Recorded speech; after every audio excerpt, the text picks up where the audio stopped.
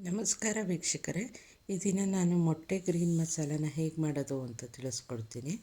ಮೊದಲಿಗೆ ಮೊಟ್ಟೆಯನ್ನು ಚೆನ್ನಾಗಿ ತೊಳೆದಿಟ್ಕೊಂಡು ಒಂದು ಪ್ಯಾನ್ ಒಳಗೆ ಹಾಕಿ ಅದನ್ನು ನೀರಿನಲ್ಲಿ ಬೇಯಿಸ್ತಾ ಇದ್ದೀನಿ. ಮೊಟ್ಟೆ ಒಂದು ಕಡೆ ಬೇಯಲಿಕ್ಕೆ ಇಟ್ಬಿಟ್ಟು ಕೊತ್ತಂಬರಿ ಸೊಪ್ಪು ಪುದೀನ ಸೊಪ್ಪನ್ನ ತೊಳೆದ್ಕೊಂಡು ಇದನ್ನು ಮಿಕ್ಸಿ ಜಾರ್ಗೆ ಹಾಕಿ ನುಣ್ಣಗೆ ರುಬ್ಬಿಟ್ಕೊಂಡಿದ್ದೀನಿ.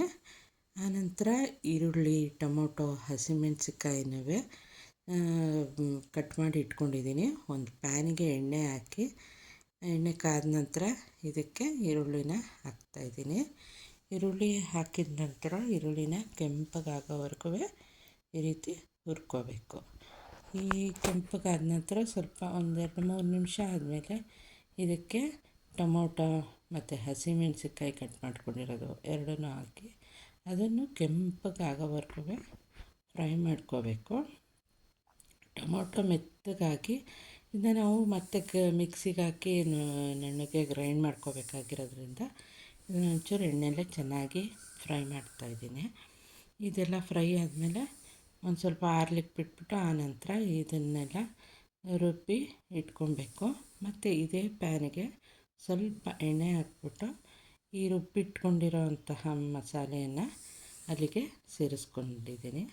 ಸೇರಿಸ್ಕೊಂಡು ಮತ್ತು ಕೊತ್ತಂಬರಿ ಸೊಪ್ಪು ಪುದೀನ ಸೊಪ್ಪನ್ನು ರುಬ್ಬಿಟ್ಕೊಂಡ್ವಲ್ಲ ಇದನ್ನು ಪೇಸ್ಟನ್ನು ಇಲ್ಲಿಗೆ ಹಾಕಿ ಎಣ್ಣೆಲಿ ಫ್ರೈ ಮಾಡಬೇಕು, ಹಸಿ ವಾಸನೆ ಹೋಗೋವರೆಗೂ. ಆನಂತರ ಇದಕ್ಕೆ ಸ್ವಲ್ಪ ನೀರು ಆ್ಯಡ್ ಮಾಡಿ ನಮಗೆ ಎಷ್ಟು ಅದಕ್ಕೆ ಬೇಕೋ ಅಷ್ಟು ನೀರು ಆ್ಯಡ್ ಮಾಡಿಕೊಂಡು ಇದನ್ನು ಕುದಿಲಿಕ್ಕೆ ಬಿಡಬೇಕು. ಈ ಮಿಶ್ರಣಕ್ಕೆ ಈ ಗ್ರೇವಿಗೆ ನೋಡಿ ಈ ಹದಕ್ಕೆ ಬರುವಂಗೆ ಕುದಿಸ್ಕೊಬೇಕು. ಇದೇ ಮಿಶ್ರಣಕ್ಕೆ ನಾನು ಸ್ವಲ್ಪ ಜೀರಿಗೆ ಪೌಡ್ರನ್ನ ಸೇರಿಸ್ಕೊತೀನಿ. ಸ್ವಲ್ಪ ಜೀರಿಗೆ ಪೌಡ್ರು, ಧನಿಯಾ ಪುಡಿ, ಮತ್ತು ಅಚ್ಚ ಖಾರದ ಪುಡಿನ ಹಾಕ್ತಾಯಿದ್ದೀನಿ.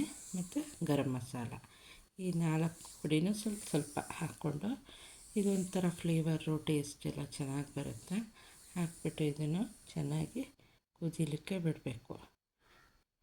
ಕುದ್ದ ನಂತರ ಕುದೀತಾ ಇರುವಾಗ ಇದಕ್ಕೆ ಸ್ವಲ್ಪ ಉಪ್ಪನ್ನು ಸೇರಿಸ್ಕೋಬೇಕು. ಸ್ವಲ್ಪ ಗಟ್ಟಿಯಾಗಿಬಿಟ್ಟಿದೆ ಅಂತ ನಾನು ಒಂಚೂರು ನೀರು ಆ್ಯಡ್ ಮಾಡ್ಕೊತಾ ಇದ್ದೀನಿ. ಇದಕ್ಕೆ ನೀರು ಆ್ಯಡ್ ಮಾಡಿ ಇನ್ನೊಂದು ಸ್ವಲ್ಪ ಹೊತ್ತು ಕುದಿಲಿಕ್ಕೆ ಬಿಡ್ತಾಯಿದ್ದೀನಿ. ಈಗಾಗಲೇ ಹೇಳ್ದಂಗೆ ಇದಕ್ಕೆ ಉಪ್ಪನ್ನು ಸೇರಿಸ್ಕೊಬೇಕು. ಉಪ್ಪನ್ನು ಆ್ಯಡ್ ಮಾಡಿಕೊಂಡು ಇದನ್ನು ಚೆನ್ನಾಗಿ ಒಂದು 5-10 ನಿಮಿಷ ಕುದಿಲಿಕ್ಕೆ ಬಿಡಬೇಕು. ಕುದ ನಂತರ ಈಗ ಮೊಟ್ಟೆ ಬೇಯಿಸಿ ಇಟ್ಕೊಂಡಿರೋದನ್ನ ಎಳೆದು ಅದನ್ನು ಕಟ್ ಮಾಡಿ ಇಟ್ಕೊಂಡಿದ್ದೀನಿ ಅರ್ಧ ಹೋಳಾಗಿ.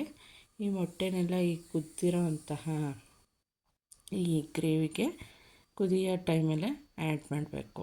ಆ್ಯಡ್ ಮಾಡಿ ಇದನ್ನು ಇನ್ನೊಂದು 5 ನಿಮಿಷ ಕುದಿಸ್ಕೊಂಡು ಚೆನ್ನಾಗಿ ಆಗ ಮೊಟ್ಟೆಗೆ ಎಲ್ಲ ಈ ಮಸಾಲೆ, ಉಪ್ಪು, ಖಾರ ಎಲ್ಲ ಹಿಡಿದು ಅದುವೇ ಮೊಟ್ಟೆ ಇನ್ನು ಮತ್ತು ಅದರದ್ದು ಟೇಸ್ಟು ಹೆಚ್ಚಾಗುತ್ತೆ. ಇದನ್ನು ಚೆನ್ನಾಗಿ ಕಲಸಿದ್ರೆ ಈಗ ಮೊಟ್ಟೆ ಎಲ್ಲ ಕಟ್ಟಾಗಿ ಕಲಸ್ಕೊಂಡ್ಬಿಡುತ್ತೆ. ಇದಕ್ಕೆ ಅದೇ ರೀತಿ ಸ್ವಲ್ಪ ಇದಾಗಿ ಇದನ್ನು ತಿರುಗಿಸ್ಕೋಬೇಕು ಲೈಟಾಗಿ. ಇಂದು 1-2 ನಿಮಿಷ ಆದಮೇಲೆ ಇದು ಕುದ್ದಾಗಿದೆ. ಇದನ್ನು ಆಫ್ ಮಾಡ್ತಾಯಿದ್ದೀನಿ. ನಂತರ ಇದನ್ನು ಈ ಮೊಟ್ಟೆ ಮಸಾಲಾನ ಅನ್ನದ ಜೊತೆ ಹಾಕ್ಕೊಂಡು ತಿಂದರೂ ಚೆನ್ನಾಗಿರುತ್ತೆ. ಚಪಾತಿಗೂ ಇದನ್ನು ತಿನ್ನಬಹುದು. ವೀಕ್ಷಕರೇ, ಇಷ್ಟ ಆದರೆ ನೀವು ಟ್ರೈ ಮಾಡಿ. Thank you.